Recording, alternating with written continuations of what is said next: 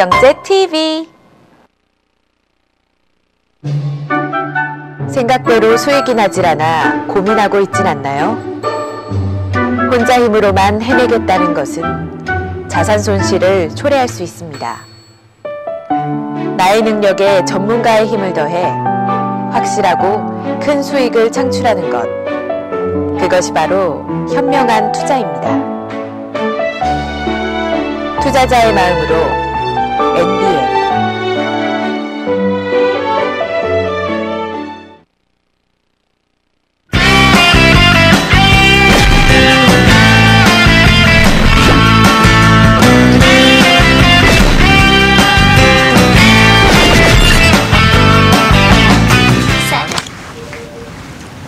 안녕하세요, 박준호입니다.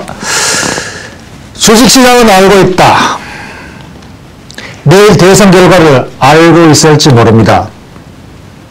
왜냐하면 영리한 돈이, 야가 빠진 돈이 귀신도 부리기 때문이지요. 주식시장은 내일 대선의 승리자가 누군지를 알고 있는지 모릅니다. 오늘 시장 특징을 하면서 그것을 살짝 힌트를 주고 있는지도 모릅니다.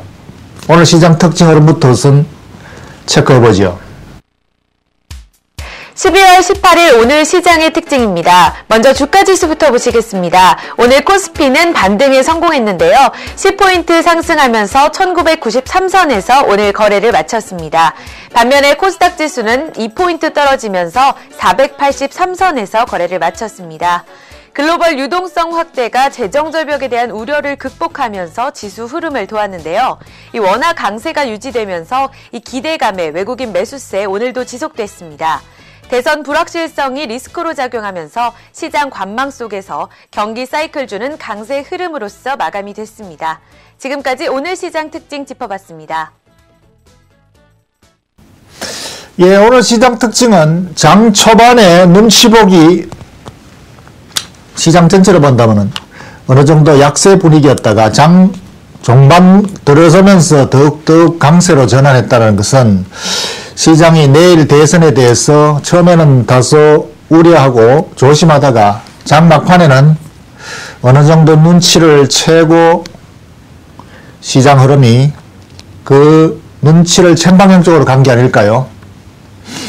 막판에 10포인트나 급히 올랐다는 것은 주식시장이 좋아하는 사람 쪽으로 시장 방향이 잡혀가고 있다는 것을 암시하고 있는지도 모릅니다. 주식시장은 전통적으로 진보보다는 보수를 좋아합니다. 진보가 세금을 많이 걷기 때문에 보수는 적게 세금을 걷는 보수가 시장을 반기죠. 그리고 이런 흐름은 유럽 증시에도 마찬가지로 나타났고 미국 증시에도 마찬가지로 나타났고 우리 증시에도 몇 년 전 대선에서도 똑같은 흐름을 나타냈습니다. 그래서 시장은 지금 현재 강세로 전환했다는 것은 진보보다는 보수를 반긴다는 뜻이고 세금을 가급적이면 적게 걷는다는 것을 반기는 것이고 그러한 가능성이 있는 대선 후보 쪽으로 손을 들어주고 있다는 것인지도 모르지요. 그러나 반드시 맞는 것은 아닙니다. 시장은 어쨌든 간에 야가 빠진 자금이 그러한 흐름을 먼저 마칠 가능성이 많은 데가 주식시장입니다. 그렇지만 못 마친들 어떻습니까? 이미 시장은 대선 이후를 보고 나가기 시작하고 있습니다. 대선 전국에서 조심스러운 전진을 반복 전진을 하다가 이제는 대선 후에 대해서 설사 예상이 틀려서 변동성이 한번 오더라도 상관없다는 것이죠. 만약에 변동성을 한번 크게 준다면은 이제 시장은 내년 이후를 보고 가니까 바로 좋은 매수 기회로 활용하면 될 뿐입니다. 그래서 오늘 시장 특징 흐름은 역시 두 가지 리스크를 넘어서는 모습입니다. 그러니까 해외 요인으로 재정 절벽에 대한 걱정도 그 넘어서서를 보고 있고 우리 국내 대선 정국에 대한 리스크도 그 이후를 보고 바로 그 이후는 이제 내년도에 경기 턴어라운드와 그리고 글로벌 유동성을 보고 있는 것이죠. 시장은 경기 지표와 유동성 두 개가 지금 합쳐져서 그 두 개를 내년도 이후에 긍정적 시그널로 보고 가고 있습니다. 그래서 오늘 시장 특징도 주로 경기주 쪽이 여전히 강세를 보이고 있고 그것이 내년도 이후에 대한 기대감을 반영하고 있다라고 보겠습니다. 그래서 그런 것이 바로 오늘 시장의 특징이고 바로 내일 또 다음 주 또 내년도 이후에 대비한 투자 전략에 대한 시사점이 되겠습니다. 유동성과 관해서 오늘 특징적인 흐름이 계속 이어지고 있는 최근 2, 3일간 이어지고 있는 이 특징 흐름이 바로 환율입니다. 그래서 오늘 현대차와 환율에 대해서 한번 체크를 해보기로 하죠. 오늘의 기업은 현대차입니다.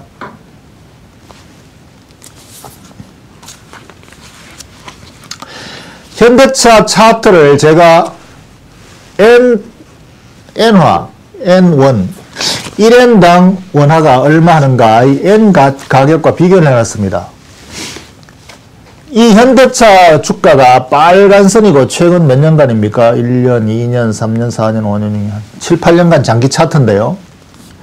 이 빨간 선이 바로 현대차 주가 차트이고 현대차가 금융위기 전에 주당 3만원, 5만원에서 지금 20만원을 넘어서 있죠. 그리고 요 갈색 선이 바로 N화 가격 차트입니다. 원화로 표시한 N화 가격.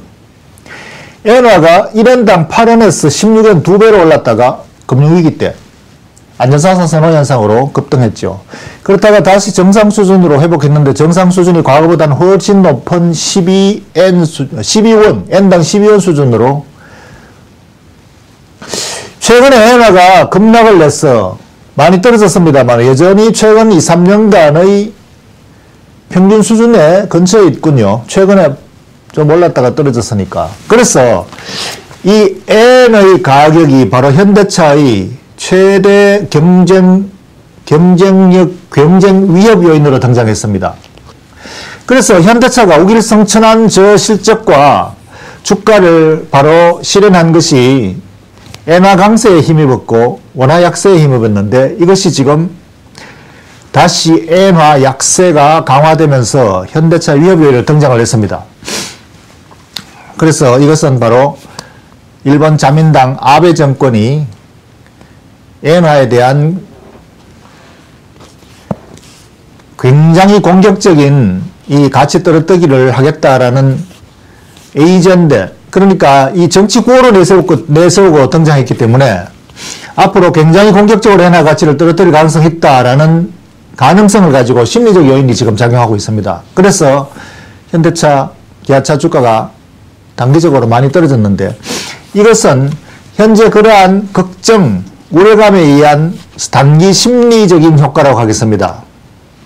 그래서 이것이 과연 지속 가능하냐, 엔화가 계속 떨어질 것이냐 아니냐에 따라서 물론 현대차는 경쟁력의 위협을 받을 수 있고 그것이 약세요인이 될 수가 있습니다. 그러나 지금 현재 단기적으로 갑자기 등장한 이 뉴스에 의한 낙제는 실질적으로 발생한 것이 아니라 앞으로 그럴 가능성을 염두에 두고 일어나고 있는 심리적인 단기 변동성이죠.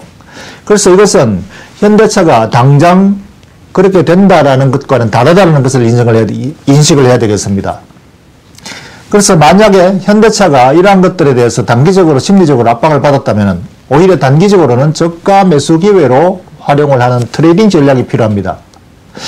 물론 장기적으로는 이 엔화 환율에 대해서 계속 체크를 해야 되고 우리 원화와의 경쟁 상대에서 원화에 대한 정책 요인도 같이 체크를 해야 되겠죠. 엔화를 떨어뜨린다고 해서 무조건 엔화가 떨어지는 것은 아니죠. 만약에 엔이 돈을 푸는 것보다 미국 달러가 더 많이 풀어지면은 엔화 가치가 더 올라가죠. 또는 유럽에서 돈을 더 많이 풀어버리면 엔화 가치는 더 올라가죠. 또 우리 원화가 금리를 떨어뜨려서 더 많이 풀어버리면은 상쇄돼 버리죠. 그러니까 이러한 것들은 국제 경쟁력 환율 전쟁 간의 균형 힘겨루기에서 결정되는 것이기 때문에 당장 그렇게 되지는 않는다라는 것이 중요한 힌트이고 거기에 따라서 우리가 대응을 해야 된다. 일본이 엔화 가치 떨어뜨린다고 공언을 한다고 해서 앞으로 무자비하게 떨어질 거로 예상해서 공포에 현대차를 매도한다라는 것은 잘못된 전략이죠. 그래서 그것이 매우 중요하고 현대차의 투자 포인트는 그런 관점에서 단기적인 심리적으로 대응하면 안 된다.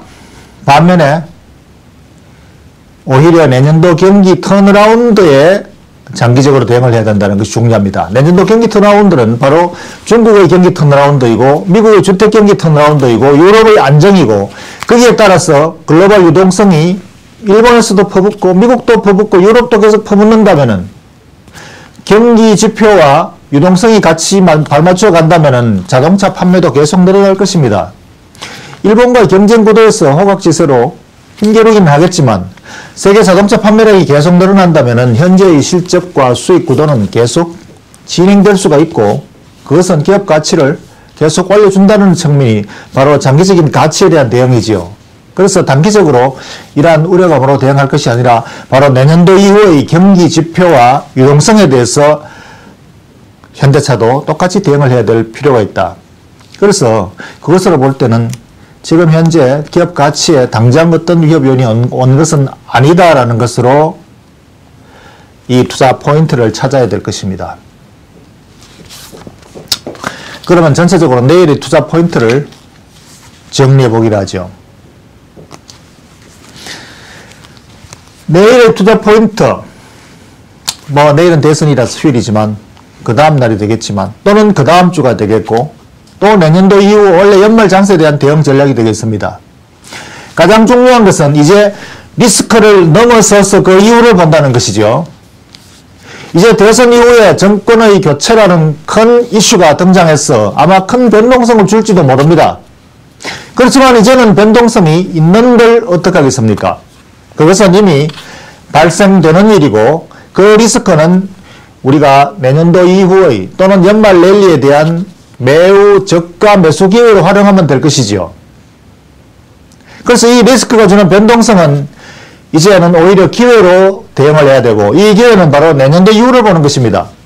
내년도 연초면은 이제 내년도의 기대치가 장밋빛 전망이 나오게 되고 그것이 주가에 선반영된다면은 랠리를 기대할 수가 있습니다.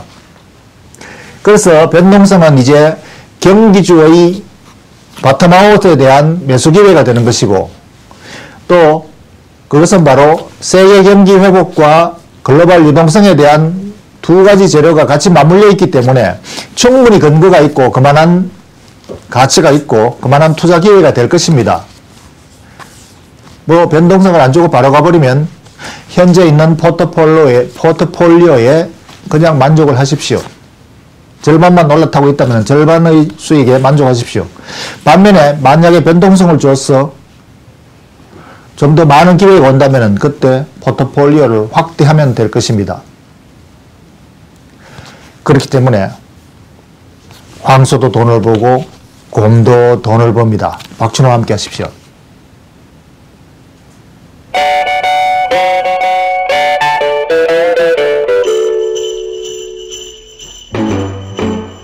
Jingle bell, jingle bell, jingle bell rock. Jingle bells swing and jingle bells ring. Snowing and blowing up bushels of fun. Now the jingle hop has begun.